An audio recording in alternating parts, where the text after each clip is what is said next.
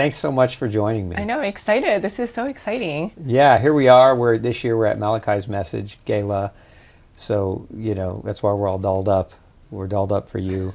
But, this is a mold conference where we come together and we raise money for mold awareness, and we raise money to help people get out of their mold, right, and keep their sanity.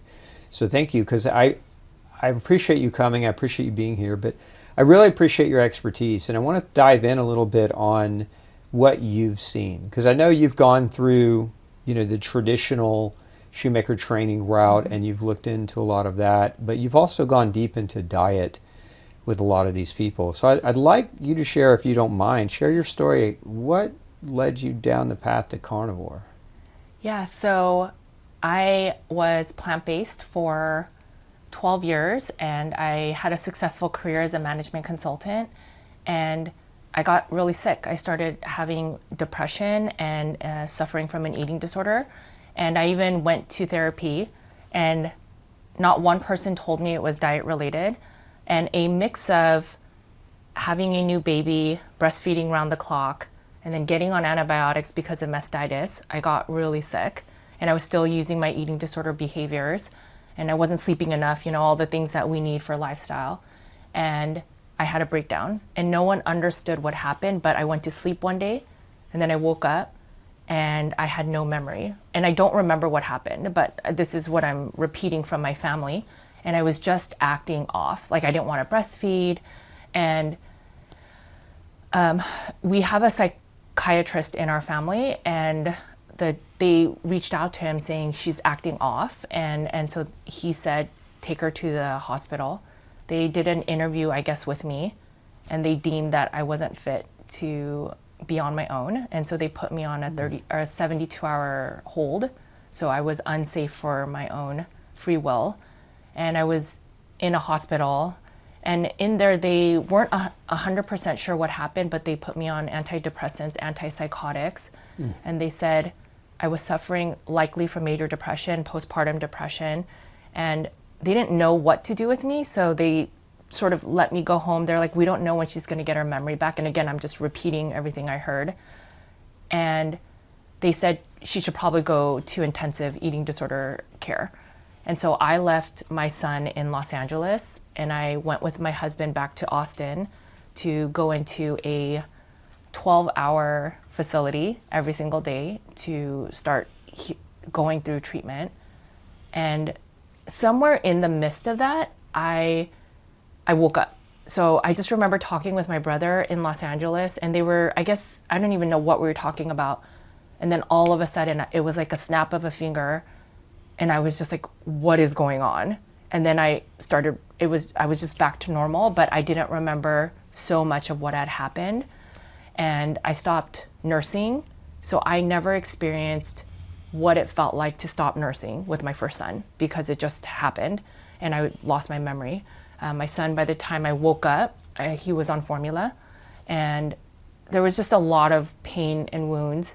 And then I went through the eating disorder facility, and again, no one told me in there that it was my diet, and so I just tried to be the best student to get out of there so I could get my son back. And I would, eat the 5 square meals, mindful eating, intuitive eating, stop when you're full, and eat the rainbow or the like a mix of carbohydrates, fat, and but they were highly processed still.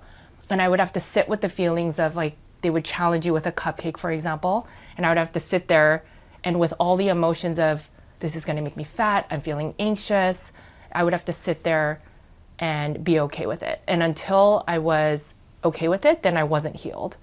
And so I did all of the things, but eventually I would fall, and then I would go back to my eating disorder. And this time, like, there's a lot on the line. Like, if I get too sick again, I'm going to lose my son. And for some reason, I would still struggle. And then my brother ended up doing a keto diet. I thought it was crazy. I thought he would die of heart disease. And so I started looking it up. And by that time, I was on disability, or short-term disability from work. And I started looking it up, and I realized I was the one that was wrong, at least with my low-fat version of plant-based. And so I started a ketogenic diet, but plant-based. So I did big bowl salads with, like, a lot of olive oil, And sometimes I would have eggs, and sometimes I would have a little bit of tuna. But again, like it was a little bit better. Like the duration of not binging and purging was a little bit longer, but eventually I would fall back into it. And then in the midst of all of that, there was one point where a friend said to me, why don't you try this diet called a carnivore diet where it's all meat? And I thought it was crazy because since being plant-based, I also had this extra love for animals. And I said, no, like I would never do that. And then it was just one moment in the bathroom where she had planted that seed. And I was so desperate because I felt like I can't do this anymore. I don't want to necessarily live anymore. Like I have a child and yet I'm still at these behaviors. Like, why am I so broken? And so I said, screw it. Like, I'm just going to try this diet because what else do I have? Like, I've been on the meds. I've tried the keto. I've tried the mindful eating. I've tried the therapy and I'm not fixed. And maybe I am just really broken. So I tried carnivore and it was crazy. I was literally going to just do it for a week, maybe 2. And in those 2 weeks, the desire from my physical body to go and binge was gone. And my husband would write me post-it notes like, please don't go, like, please, like, I love you, like, please be strong. And nothing would stop me from going on benders at night or binging. And it's probably because of lack of nutrition. But once I ate all meat, it changed where that desire to go out was gone.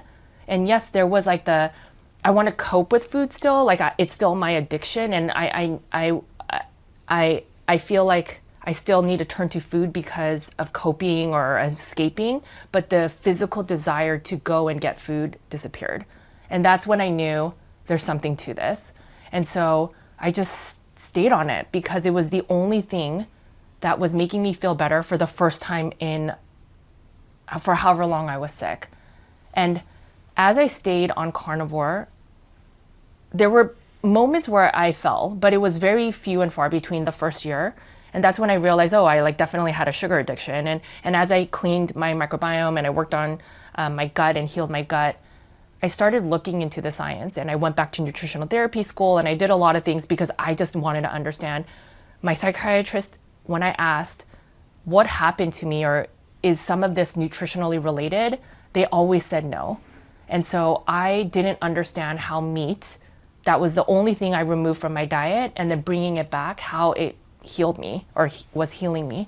And so as I brought back carnivore and followed an all meat diet, I just looked into the science. I read several keto books and it just made so much sense. And then I went back to school and then I just became an advocate for the diet because as I went through, I literally would go into the FDA, the USDA, and I would look up every single meat, every single broccoli and avocado and look at the nutrition and then look at anti-nutrients and how it affects your microbiome.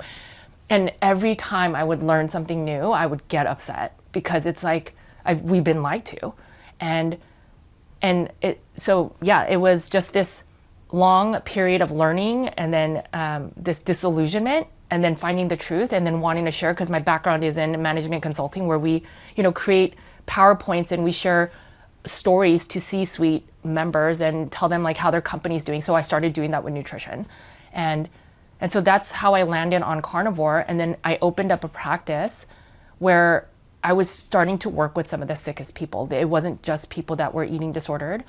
And after 1 or 2 years, so we would do gut healing. I would get them on some protocols and they would eat like the cleanest versions of carnivore. So maybe just grass finished or non-aged. So there's less histamines and MCAS related issues. And then we would work on the gut. And there was a subset that wouldn't heal. And I just thought, maybe they're cheating, maybe it's, they're not following it. Like, well, why aren't they getting the healing that I did? And so I knew that some of it was mind body too, but there was this one client and so I ended up going down these rabbit holes of maybe it's mineral balance, right? Maybe it's that people aren't balancing their minerals because there's a lot of people that say that, but I definitely think it's mold related now knowing what I know.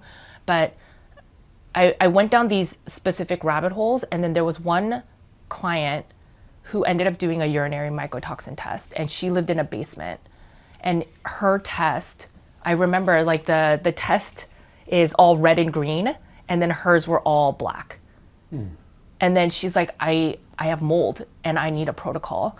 And so I just remember going through research after research of like, what do all the big mold people say about mold and how to detox? And so then I went on like I won't name names, but like certain supplement protocols of mold detoxing and use certain natural binders, and she didn't heal enough. And so then I dug more and I ended up running into CIRS, or Chronic Inflammatory Response Syndrome, in Dr. Shoemaker's work. And then that's sort of how I landed in mold. And then the people that trusted me the most in our practice, I asked them to test for a lot of the CIRS markers, like the genetic type or the urinary mycotoxin test back then. And every single person that was not healing from carnivore, they were suffering from an environmental illness. And it was specifically mold. And now we're finding a little bit of Lyme too with it. But that's how I fell into mold. It was a subset of carnivore. So people mostly find carnivore. So of course there's like the biohackers, like I want to live the longest and I'm going to follow the trends, but that's not the people I normally work with. The people I usually work with are the people that are so sick and tired of being sick and tired. They've been to 20 different doctors, spends hundreds of thousands of dollars, have been labeled with multiple autoimmune or undiagnosable autoimmune, and they're still not better. They're on all the pain medications and steroids, and so they, out of desperation, try carnivore. And then from there, there's that subset that doesn't get better, and that subset are the people that I am so sure are suffering from mold illness.